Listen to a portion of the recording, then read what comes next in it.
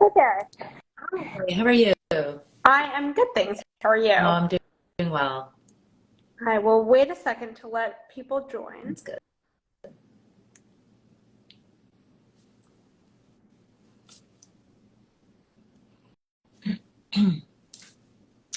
Oh, I forgot to grab myself a glass of water. You know what? I'm going to grab that glass of water. I'll Okay, be back in 30 seconds. sounds good.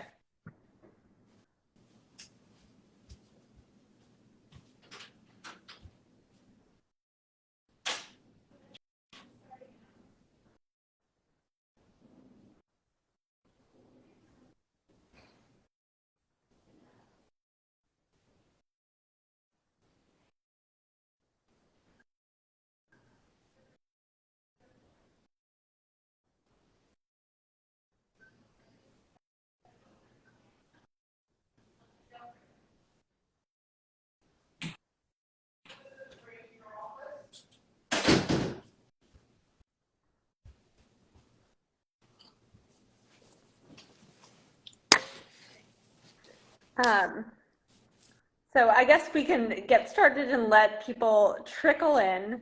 Sounds good. Um, so first of all, thank you for being here. I really enjoyed reading your book. I work primarily with OCD and related disorders, so talking a lot about anxiety and stuff like that. And I feel like I learned so much from it, Oh, and I really appreciate great. your perspective. But before we get started, do you want to go ahead and introduce yourself? I mean, people have an idea of who you Sure. are from reading your book, but Sure. Thank you. And thank you so much for inviting me. I'm really looking forward to our conversation. So I'm Tracy Dennis-Tiwary. I am a clinical psychologist by training, and I retrained in neuroscience, and I've been conducting research for 20 years, studying things like anxiety, things like emotion regulation, and also digital therapeutics. So the way that we can use technology to actually give people greater access to mental health treatments. And I'm very interested in embedding treatments in games so that people not only can have access and heal through games, but also maybe experience reduced stigma because there's still a lot of stigma around mental health. So that's part of the work I do. And as a scientist, as an author, and a health tech entrepreneur, I just see anxiety at the center of so much of our public conversation these days. And so I wrote this book, Future Tense, to sort of grapple with some questions and sort of the mystery of if we know so much about the science and the treatment, and we have wonderful treatments and medication for people who need it, and we have all these approaches, science-based wellness. Why are anxiety disorders on the rise? Why are people suffering still so much? And so my book is sort of my answer to that question in part. It's a mea culpa because I think we psychologists can do better. and and it's a way to start different kinds of conversations about anxiety where people can start to feel less broken and really understand that anxiety is can be a really healthy part of being human, and that we can shift our mindset to make it an ally instead of an enemy. yeah. And I think that's so important and it's interesting. So just to give you brief background on the book club, I started this book club, I guess around 15 months ago now, when I initially started this Instagram account, um, feeling uh, somewhat um, saddened by how hard it is for individuals to access mental health care. And I work at a hospital and do research actually in digital mental health. So very interested in your gamification of mental health apps, but know that so many people struggle to find affordable therapy or mental health care, as well as find someone who's even taking new clients to begin with. And so started this Instagram account with the goal of trying to help anyone find a therapist. So have a questionnaire that I sent out to people, and so many people were coming to me saying, I like the idea of therapy. I definitely feel like I'm struggling, but I don't think I'm ready to talk to someone. Are there any books you can point me to Yeah. or any podcasts? And that's how this book club started. And we have covered the whole gamut. You know, it's not all written by psychologists. You know, have read books written by people who have attended therapy, written books about relationships, kind of have covered everything. And this is, I guess I would say several books we've read have talked about trauma, but this is the first book that we've read in the past 15 months that has focused on, I guess, you know, anxiety is not just a disorder, but a very specific emotion. And that's because I think anxiety is so prevalent and applies to so many people. And just have gotten a slew of questions, so I'm going to jump into them. Great. And I'll start with, I kind of have mixed in some questions that I have with some questions that people sent in. And the first is something that I think you're targeting throughout the book. But someone wrote in saying, I appreciate the idea that anxiety is not always bad, but it can be hard to detect in real time what your anxiety actually means. In the moment, do you have advice on how we can judge or evaluate whether a certain anxiety is distress or eustress? Mm-hmm. It's such a great question. And I think that, you know, one thing that I'm very interested in doing with the book is sort of having a first step about laying a foundation of attitude and mindset towards anxiety that can actually strengthen our ability to be in those difficult moments and tell the difference.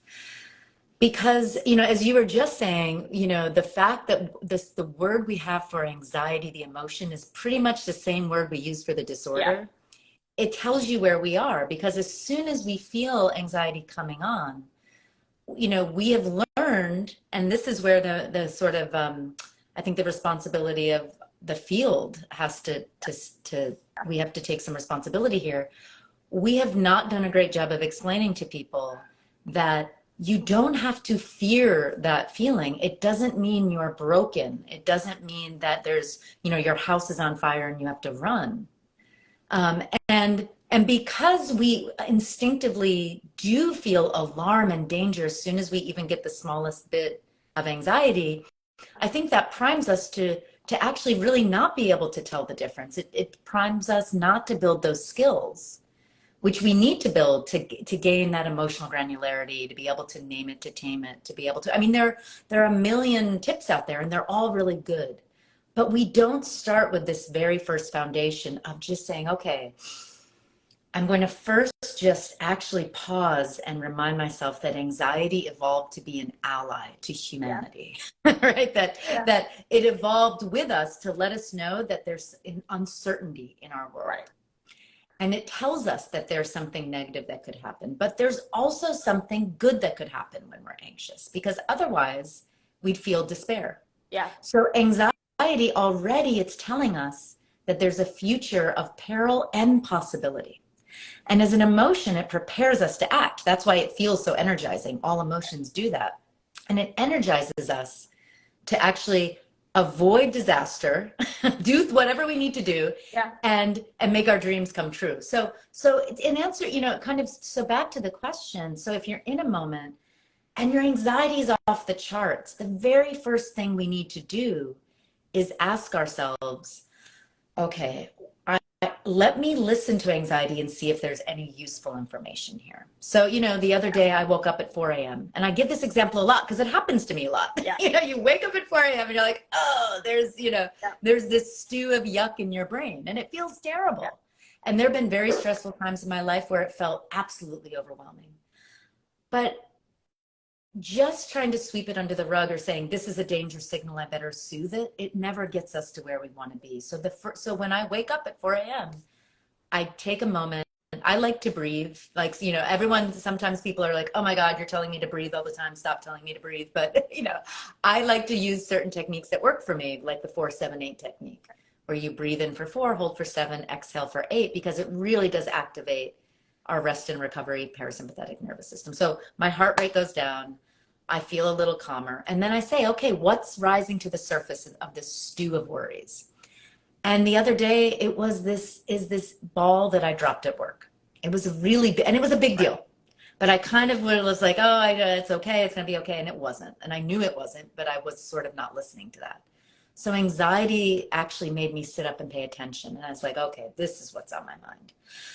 Okay. And as soon as I gave that a name, I started calming down a little bit. So I was like, Yeah. okay, I'm on the right track. So, and then, and from there, we can talk more about this later. After this very first stance of curiosity and openness and listening, that's where you can start to figure out, okay, is there any information here that I can use? If I know I dropped a ball at work, can I make an action plan? Maybe I should email that person. Maybe I need to do that one thing I didn't do. Maybe I should apologize, whatever it is. Right. Like, can I make that action plan? Can I turn this to a purpose that aligns with what I want to do in the world? And when you start thinking about anxiety that way, more often than not, I think, if as you know, in most of our experiences of anxiety, there will be something useful in that information. And when we leverage it and ride it like a wave instead of suppress it, that's, and whether it's healthy anxiety day to day, or we struggle with an anxiety disorder, the solution is the same. When we engage it and listen and have a stance of curiosity, then we can start doing the work. And so my whole book is just to try to convince people to get to get to curiosity in a way, because that's the only way out is through. Yeah. And it's so interesting because I see both adults and kids, and I feel that the way we explain anxiety to kids should also be the way we explain anxiety to adults, which we don't because it sounds so simple. But, you know, explaining that anxiety is information and anxiety is what tells you you have to run when a car is coming and you're in the middle of the street, you know, and it's, yeah, why don't we explain it to adults that way? It's like mind-boggling to me. Yeah. Yeah. I mean, and it seems so simple, but sometimes, you know, I'm talking to my kids and I'm like, why don't I explain this? Well, and I hope as a field we start to do that, because in a way, you know, we're sort of we're unintentionally teaching people to fear their anxiety, that immediately you have to soothe it, right? Instead of be curious. And then that can often, if the situation is right and you know, maybe there's other things affecting us, that's when we start to go down this path towards rigid coping, you know, avoidance, and that's what can actually create risk for an anxiety disorder. And then say you do develop an anxiety disorder, you're in therapy, and then we have to tell them, oh, never mind, don't avoid anxiety. All you have to do now is engage with it. But we've told you for the rest of your life that implicitly or explicitly to get rid of it as soon as possible. So this is the thing that's mind-boggling, and we need to fix. I totally agree. And, you know, related to that in terms of reframing anxiety, you discuss in the book how anxiety and hope are two sides of the same coin. You gave the example of, I don't remember exactly where you were, but you were somewhere with your kids and there were cards and people were talking about, I'm anxious about the upcoming job interview and I'm hopeful about the upcoming job interview. And it seems so obvious, but I had never thought about that anxiety and hope both come from these, I think you said they're defined by moments that haven't arrived yet. Yes. Should we always be reframing statements about our anxiety as statements about hope, or are there any times in which it is appropriate to think of it as I'm anxious about this rather than I'm hopeful about this? Yeah, it's a great question. Language is so powerful here because, you know, I'm sure you've talked to clients or just know people in your life that say they have a, you know, they're feeling anxious about getting on a plane, or and all they do is switch in the word excited for anxious, and then the possibilities expand. Yeah. So, and this is where, because I was trained as an emotion scientist, actually, you know, more, you know, not, which means not always thinking of anxiety as emotions as pathological, but rather thinking them as evolutionarily adaptive. That's emotion science, you know, in the 21st century. We're all Darwinian in a way, in the theories, because we know, and by the way, a third of Darwin's theory was about emotion. He wrote a whole book about emotion because it feels bad. So anxiety feels bad, but it has to make us leave the current moment, project ourselves into the future. And in answer to your question, you know what? There might be something really bad in the future when you're anxious. Absolutely there is. But you're only anxious when you care. And you're only anxious when there's still something you believe you can do about it. Yeah. And so I think it's always worth exploring what is the peril and what is the possibility. I speak to a lot of artists and performers who, I think elite athletes, performers, you know, people who who understand that, and that anxiety can be energy that they can Yeah. channel. They have these techniques. And one young woman told me, and it was really, and it was so beautiful the way she put it. She said, you know, I'm a dancer and I go on stage, and every single time I just feel like I'm going to throw up. I mean, I feel really nervous. But then what I do is I envision that future of me on stage. And I can picture myself falling and messing up a step and doing whatever. But actually what I really picture, because I do this, because I've devoted myself to this. I work hard. I know I have what it takes. Even if I make mistakes sometimes, I picture crushing it. And when I can play with my future in this way and keep on orienting myself to the possibility, to this, to the success, to the, she's like, that's how my mindset shifts. And now I can channel all this energy to that goal. And again, you know, life sucks sometimes. It's so hard. There are really bad things that happen to us, and anxiety shows up then too. But usually when we're anxious, there's also, we still believe that we're in it, that there's something Right. we can do. And I think we can leverage that Yeah. in those moments. Yeah. Yeah. And I think it's so true. And someone, and I'll get to this later, wrote about how the uncertainty of the future is worse than knowing the bad outcome. You And know, which that's how we get in troubles with anxiety right, disorders and, you know, and right. OCD, is you can say much more clearly than I can, I'm sure. So yeah, absolutely. But that's where we have this incredible brain that humans have evolved to have, which allows us to simulate those futures and play with these Yeah. simulations. And that's why hope is there too. You know, it's always there. And the way that I actually came up with that, the way, like, I had thought of that idea, and then I spoke to someone who so brought it alive for me, because she said, you know, I've been struggling with anxiety. I've started to feel like like I'm a person who's anxious. But I just don't feel like that fits. And hearing you talk about it this way, I realized that I'm not a person who struggles with anxiety. I'm a person who struggles with hope. And it Yeah. completely shifted how she Yeah. engaged with her personal It's really anxiety. interesting. And so we can do those shifts in our own, you know, we can do that. And we have that ability. And that's what I truly believe, even when life is so Yeah. hard and we can't control a lot of things that happen in life. Yeah.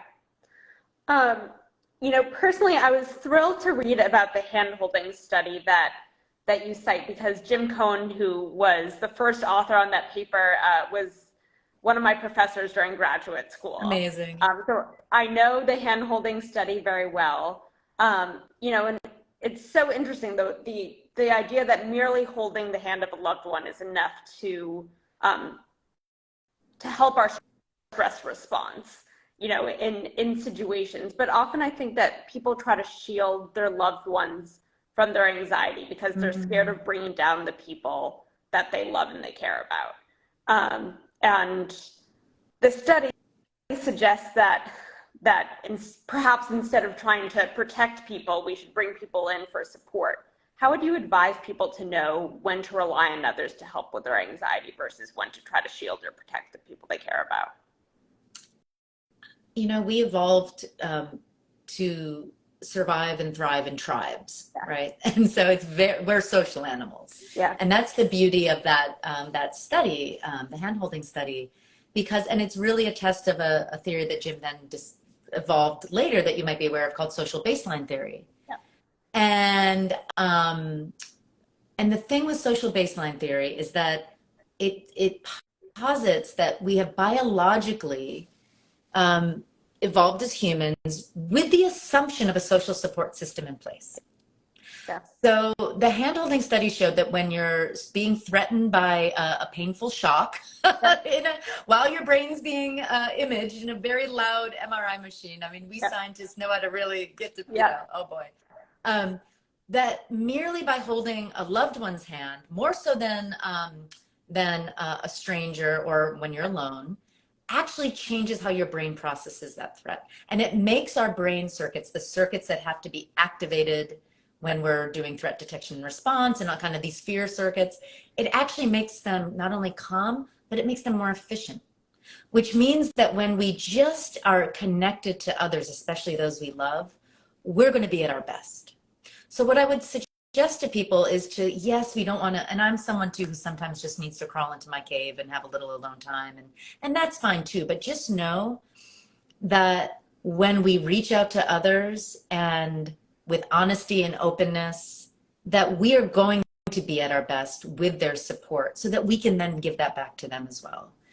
And not only is it about seeking support, it is about giving it back. That actually, I spoke on a podcast with Simon Sinek, and he has this saying that I love.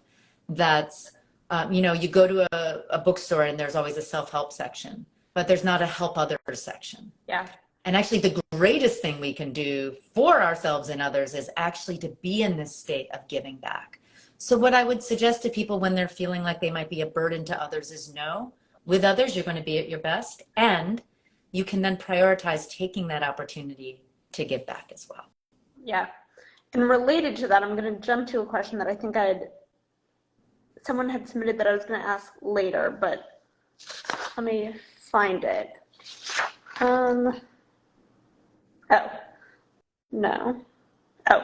Someone wrote in saying, I really enjoyed this book and can see how it would help me handle my own anxiety. Do you have tips on how to use what you write about to help someone else with anxiety without seeming dismissive of their feelings in the way that they express them? Yeah, I mean, it's funny. I feel in a way I should have written 2 books, because Future Tense is really a mindset reset. It's just sort of, it's not a like checklist of tips kind of a book. It's a book that I'm hoping primes people to consider thinking about anxiety differently. And when we do, all of these other techniques, therapy, self-help, mindfulness, they will all work better because we have this different, we've shifted our stance. But in terms of, there's nothing though in the book where nor I think in the work I do or other psychologists, where we would ever say or advocate being dismissive of feelings. Because for me to say that anxiety actually can be a healthy part of being human does not negate the suffering that it can cause. Yeah. But what I am saying is that being human is about suffering. Mental health is not the absence of emotional distress. Mental health is not the absence of struggle. It is the struggle. So what I really want to emphasize is that, when we hold ourselves to these standards that, unless I'm happy and efficient and productive all the time, there's something broken or wrong with me, that is the wrong standard.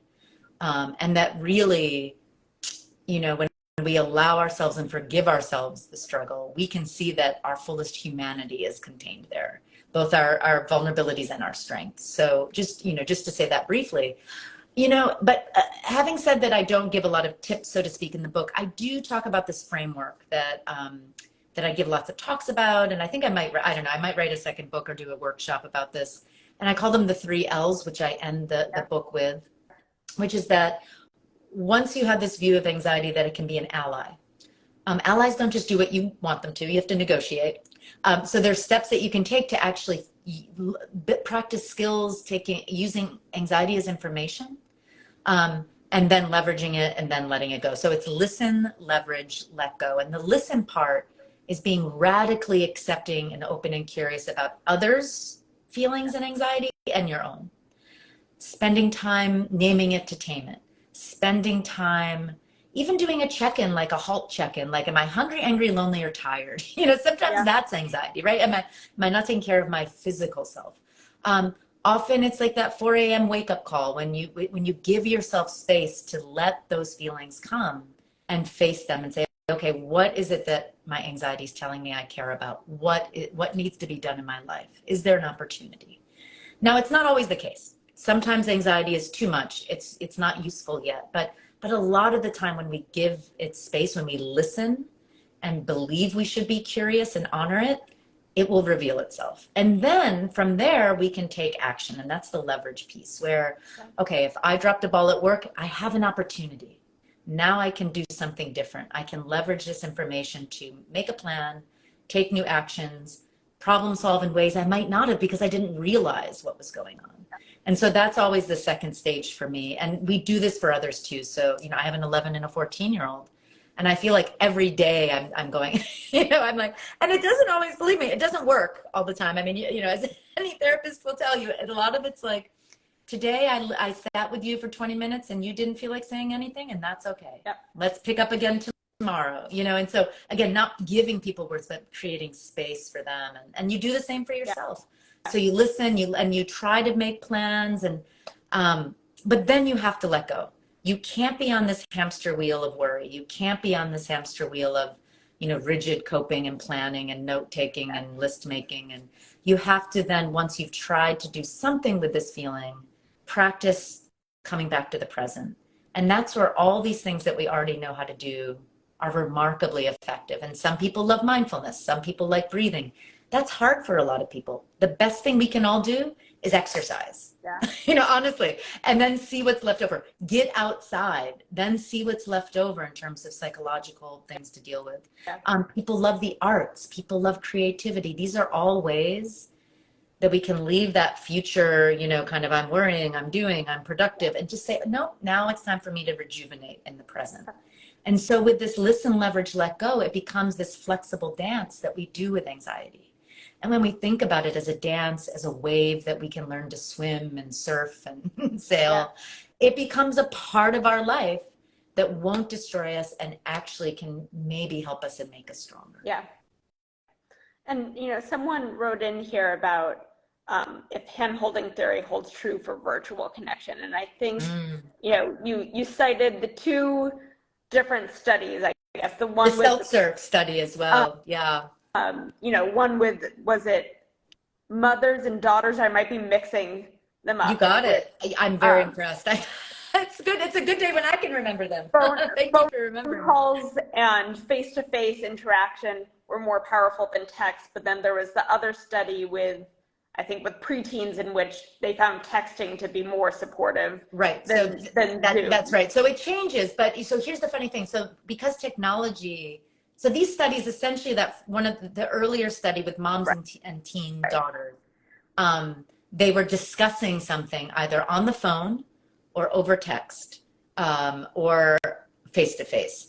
And it was over phone. It was that vocal contact that was most helpful. But that was back in 2012. Right.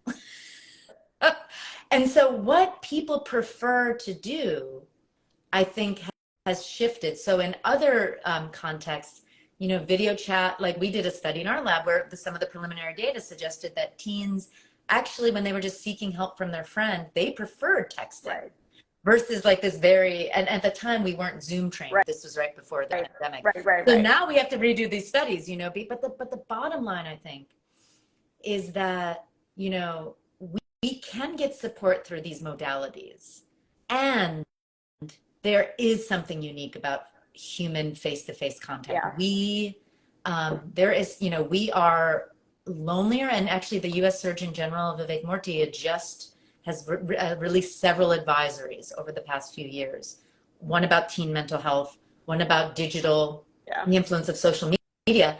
And one of his big focuses over the years has been on loneliness. Yeah. And he is a medical professional, and the nation's doctor has pointed out that loneliness is the public health crisis of our time, not emotional health, not psychological, physical, medical health, because loneliness affects us on every level. And we're lonelier today than we've ever been, yet we're more connected. So there is knowledge in here that we need to take to heart, that, technology is great for some things. And thank God we had it during the pandemic. Yeah. But as we now know, with all our Zoom fatigue, and we're like, and thank you everyone for showing up for an IG Live, because, it's exhausting sometimes right? We know that we have to balance that out. It's all about that balance and finding a mix that nourishes us. Yeah. And I wonder too about, and it can be hard to know in the moment, but when you're trying to support someone, even asking rather than assuming, do you want to talk about this via text? Do you want to go for a walk right now? Do you want me to call you on the phone? And letting someone articulate, because I think so often it can be easy just to assume that, oh, we're texting right now, so let me just continue on text. But I think that this shows that's a really good point. Everyone is individual. And I know a couple of weeks ago I was having an anxious day, and a friend just said to me, come on, let's go for a walk. And it's a connection that's so unique, and you don't necessarily even have to talk about whatever is going on, that it's I think it's easy to forget about that connection, and that asking someone in the moment, how do you want me to provide the support right now, can even be a really powerful thing, in and of itself, letting them know that you want to be there for you.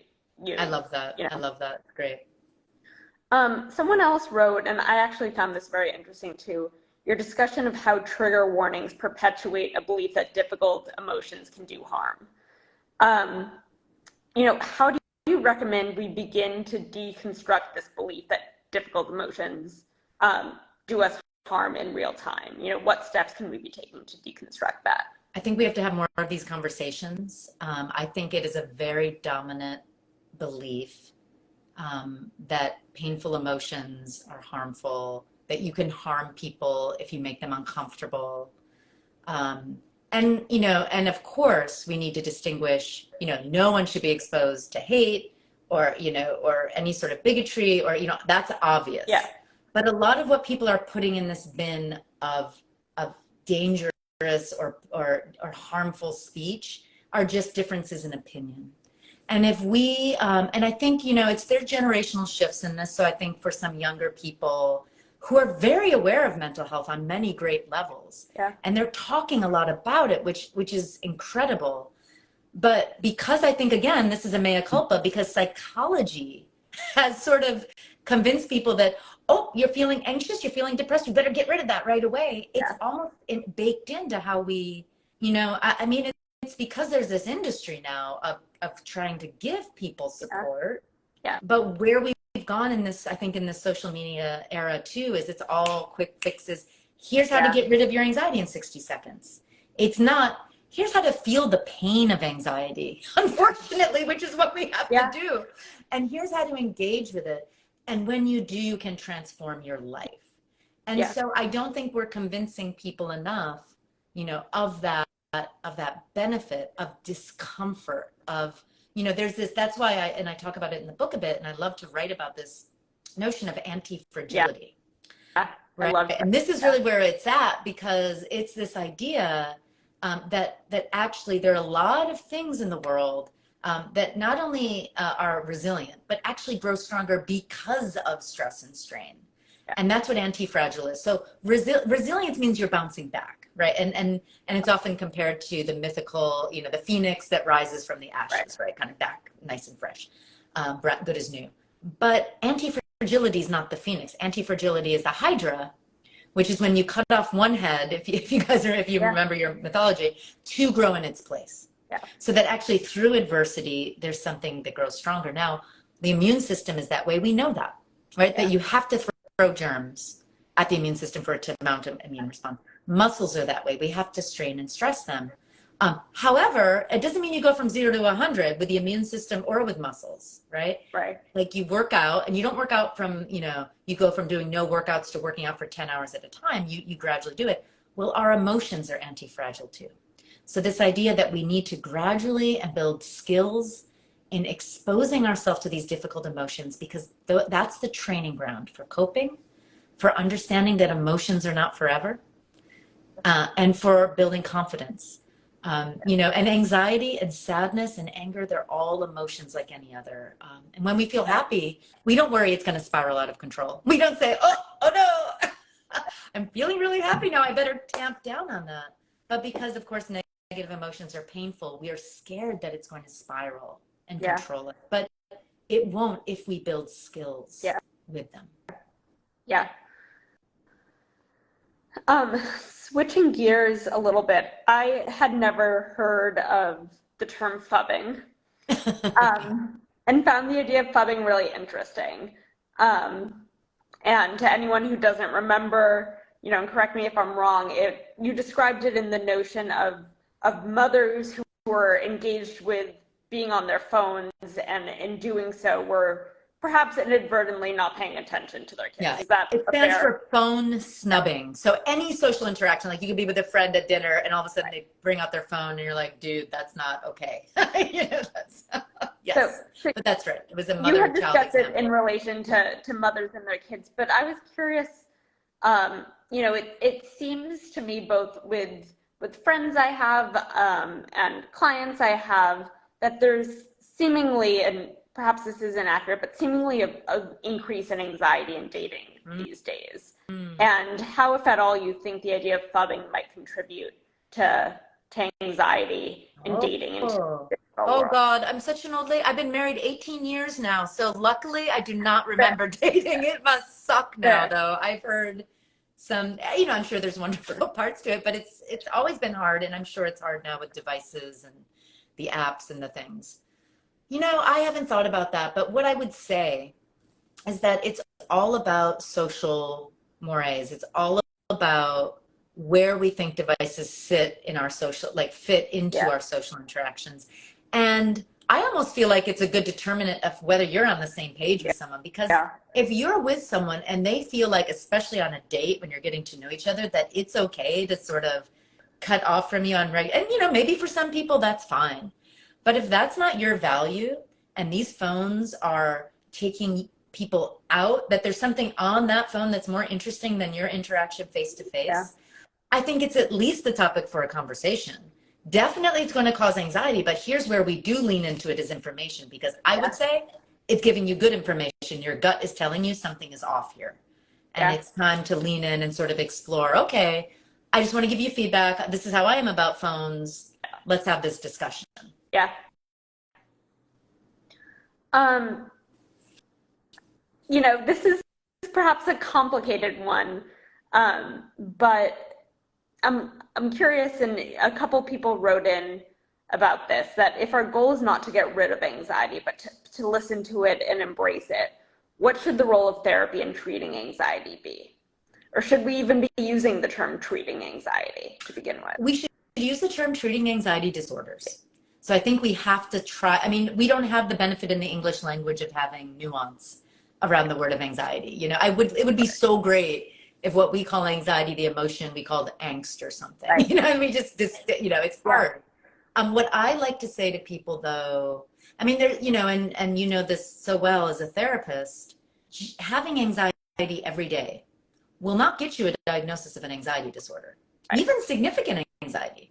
Yeah. In almost every case, right? Because you have to have functional impairment. Yeah. So the way, which is not the anxiety, it's how you're coping with it. Yeah.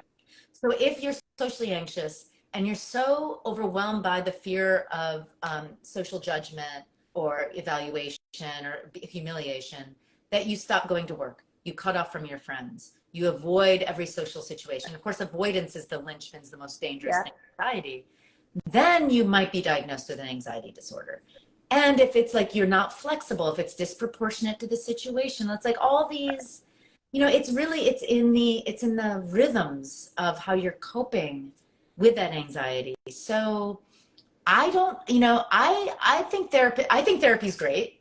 A lot of time we can benefit just from going a few times and realizing that, I needed to get those things off my chest. Yeah. But I think that a responsible therapist will not treat you unless you actually have a diagnosable anxiety disorder, unless they're saying, hey, this is more counseling, this is more you being able to coaching, whatever it is, and that's a different context. But I don't think we should be feeling like we need to mend or fix something that's broken just because we're anxious. But what we can do is go to therapy to build skills if we feel like we don't have the skills necessary to sort of work through the anxiety that's happening in our life, either because it's been going on for a long time or some bad things have happened. Yeah.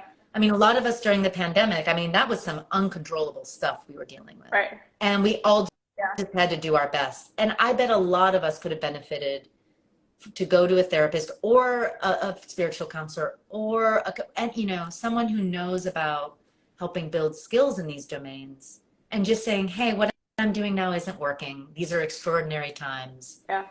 Can you help me create some new habits? Can you help me think through what I'm doing? And, so that's sort of my stance towards it. And I think as you said and you mentioned in the book, people throw around the term anxious so often. And so when someone says, I have a lot of anxiety, it's hard to discern what that actually means to them.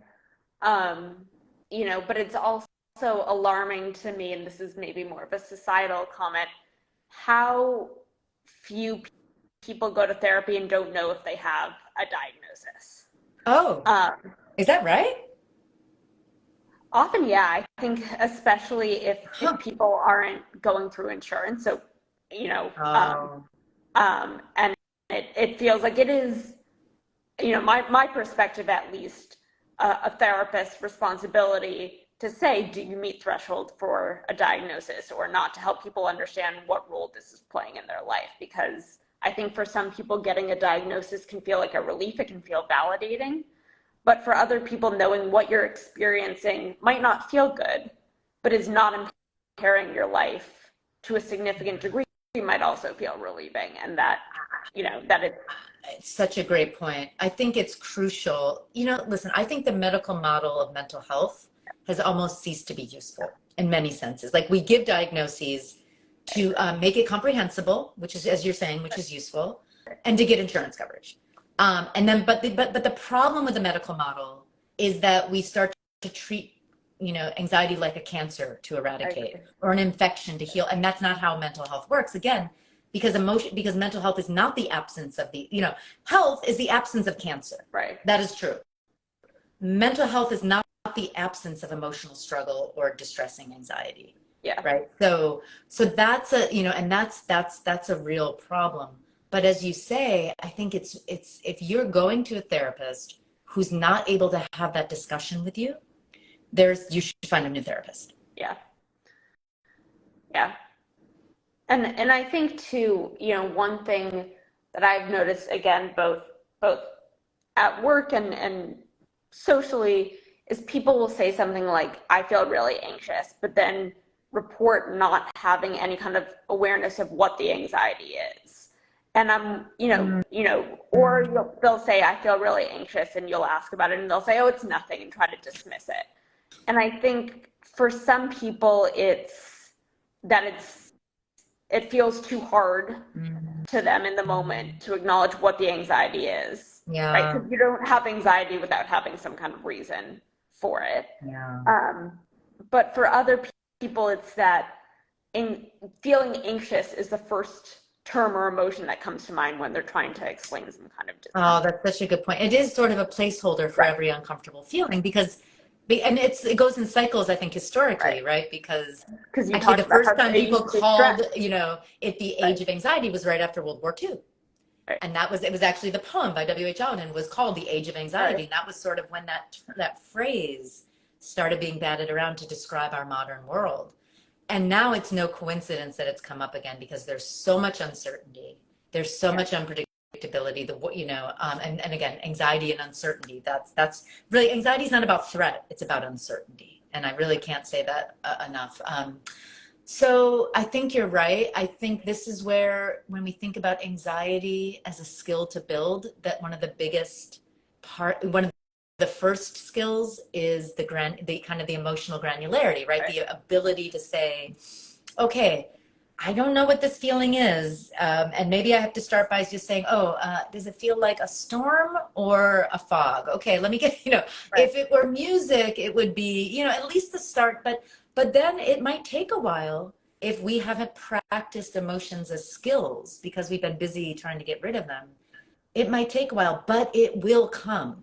And I think that's one thing we can let people know, that there will be a way to give words that will make things more comprehensible. And when they're, anything, this is a beautiful, actually, it's a Mr. Rogers saying that everything, how does it go? It's oh my God, I don't know if you've ever watched the documentaries about Mr. Rogers. I cry my way through them every single time. It's amazing. Yeah, amazing. Because anything that is human is, what is it? It's you can speak it, or it's able to be talked about. And of course it was much better wording, and anything you can talk about can be handled. And it was just this notion of, we can share all of these aspects of our humanity. We have to give them words to do it. Yeah. No, I think it's so true. And I think this desire to get rid of any and all anxiety makes it so that we feel a need to get rid of it before we can articulate it. Yeah.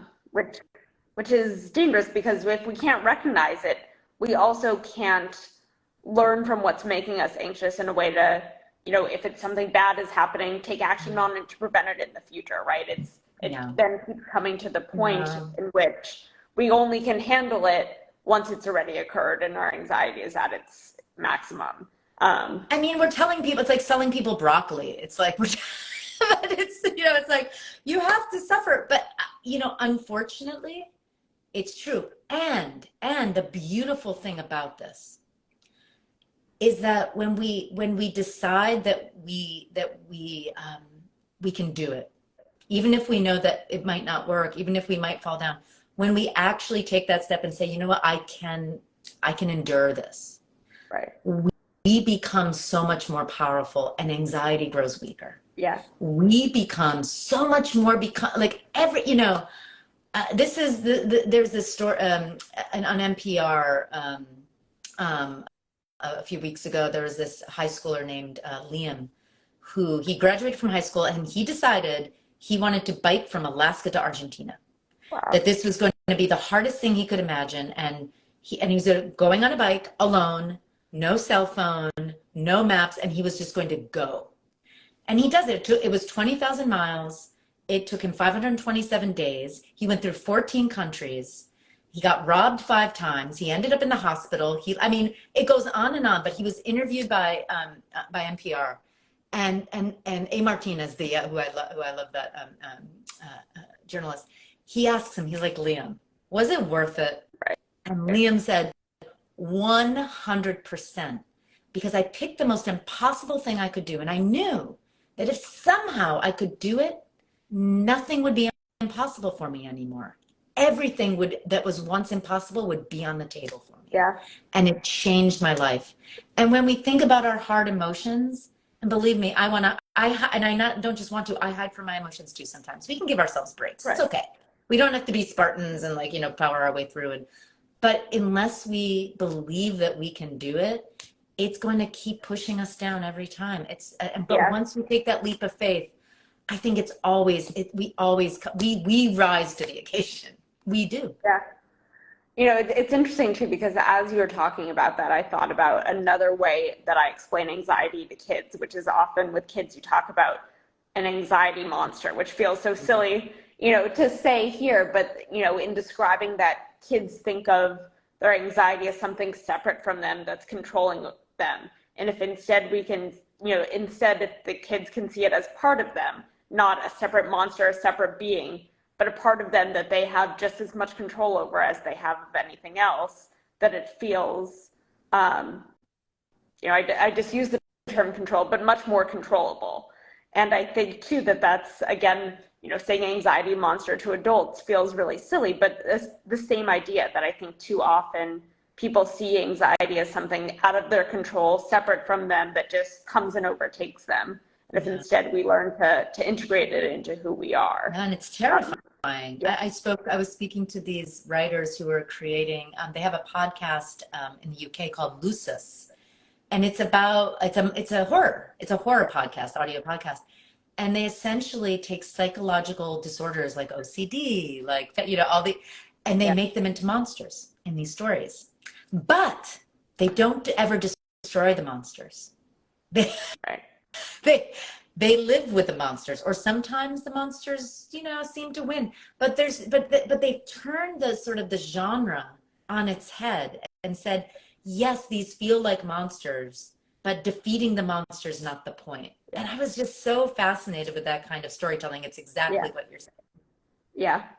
And this next question that someone asked is something that, working with the OCD, I work with all the time. And I'm curious to hear your thoughts. That you talk about how anxiety is uncertainty.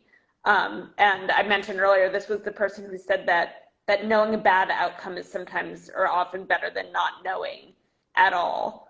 But given that anxiety is fueled by uncertainty, why do people so often choose to avoid obtaining the certainty? Why do people choose to avoid going to the doctor to get that answer as to why they're not feeling well? There are theories, as you know, about this. I know, one of the great anxiety theories along these lines is contrast avoidance, right? You'd rather be miserable, right? Or assume the worst and it's sort of like people, and I know so many people in my own life who would rather they'd rather have the worst happen, but not be disappointed, right? So it's this, so it's this discomfort with those emotions, because, not only do we have to learn to endure, there are all sorts of painful things to endure. That's like the messy work of being human.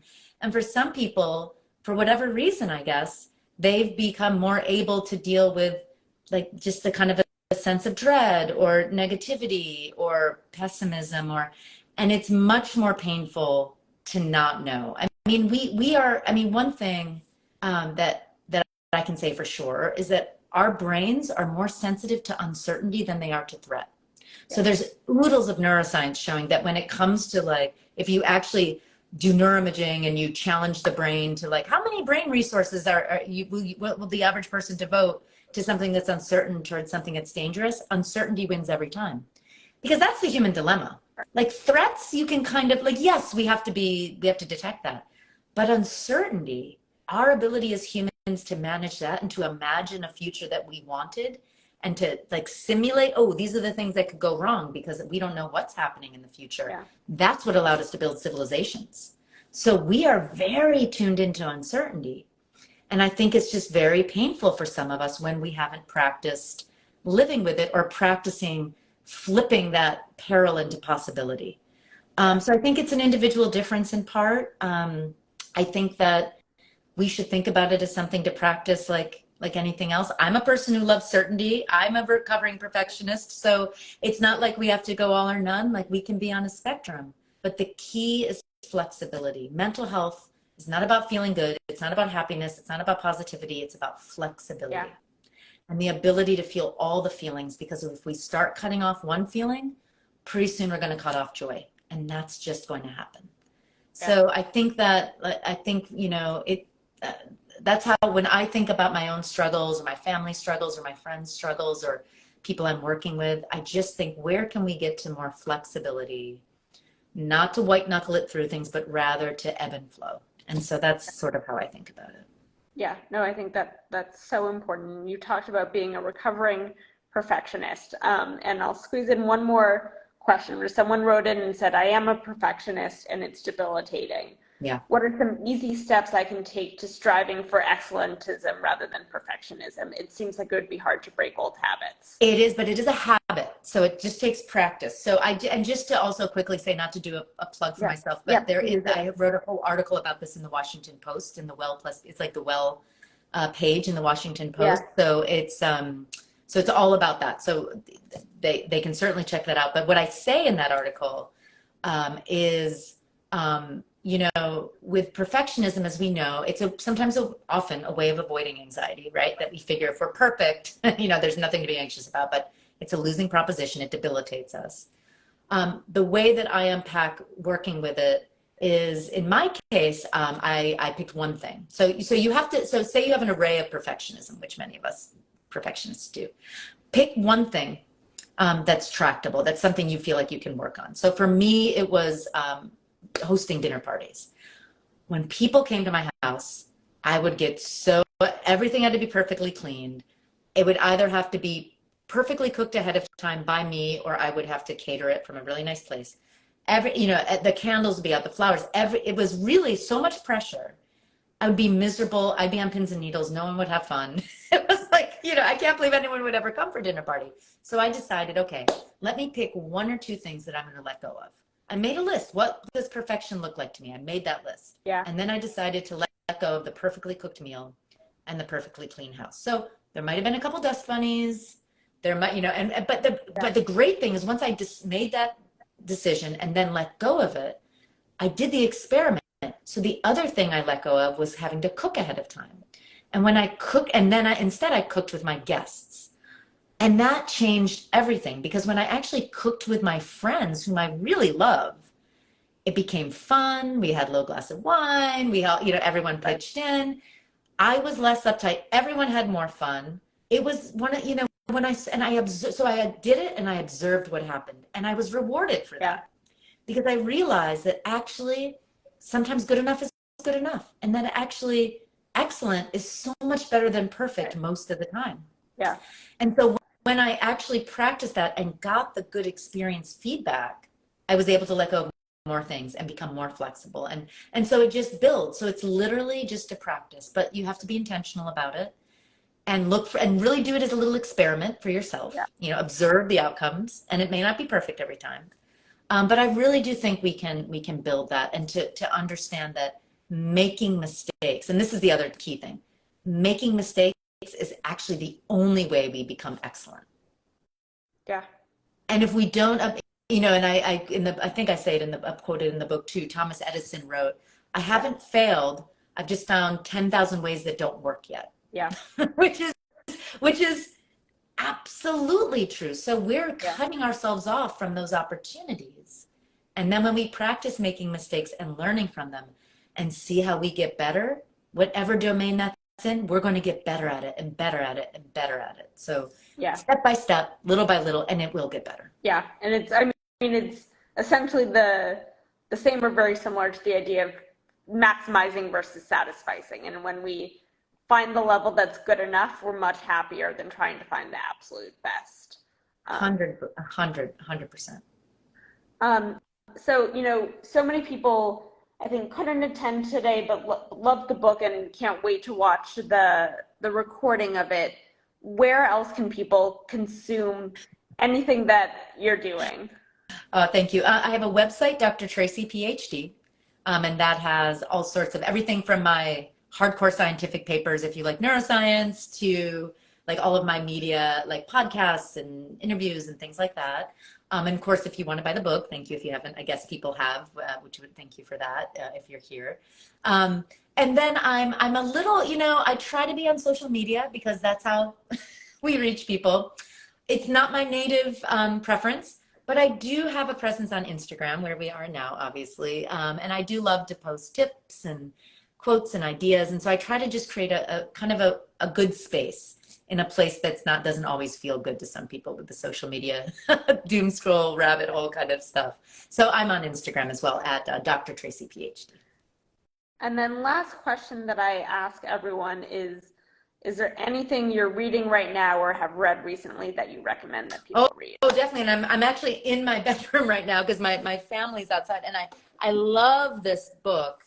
I love Stephen Hayes and ACT, Yeah. acceptance and commitment therapy. I think it's so beautiful. When I was trained as a clinical psychologist, it wasn't as central to training. And so you know, it's just like obviously CBT is, you know, of course, one, you know, a gold standard approach for, especially for anxiety disorders. But ACT was just starting to build its evidence base back then, 20 so years ago. And I've just sort of rediscovered it. And I was so honored to have Stephen Hayes actually write a blurb for my book. And so I've been digging in, and it's just so beautiful. It's spot on.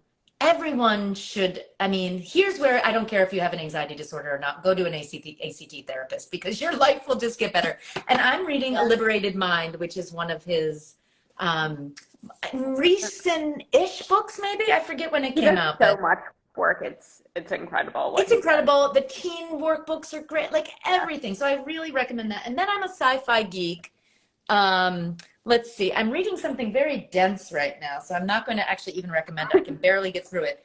But then there's another wonderful book called Picture in the Sand by a friend of mine who's a wonderful writer and editor named Peter Blauner. And he has a blurb from Stephen King on the front, so you know it's amazing. But it's this story told from the perspective, all these different perspectives of the make of Cecil B. DeMille, who was the classic filmmaker, and just about the making of a film, but how that intersected with life stories. And it's just this epic but funny and touching, and and the story of a son and a grandfather and a grandson. And it's just one of those amazing stories. And so I highly recommend Picture in the Sand as well. Perfect. Well, thank you so much. I really enjoyed your book, and I know so many other people did as well. And you know, the way you integrate research into it is so digestible, I think, to anyone. And I really, really appreciate your attending tonight. Oh, thank you so much for having me. It's really been such a pleasure. I'm very grateful. Have a good evening. Bye-bye, you too. Bye, Bye. everyone.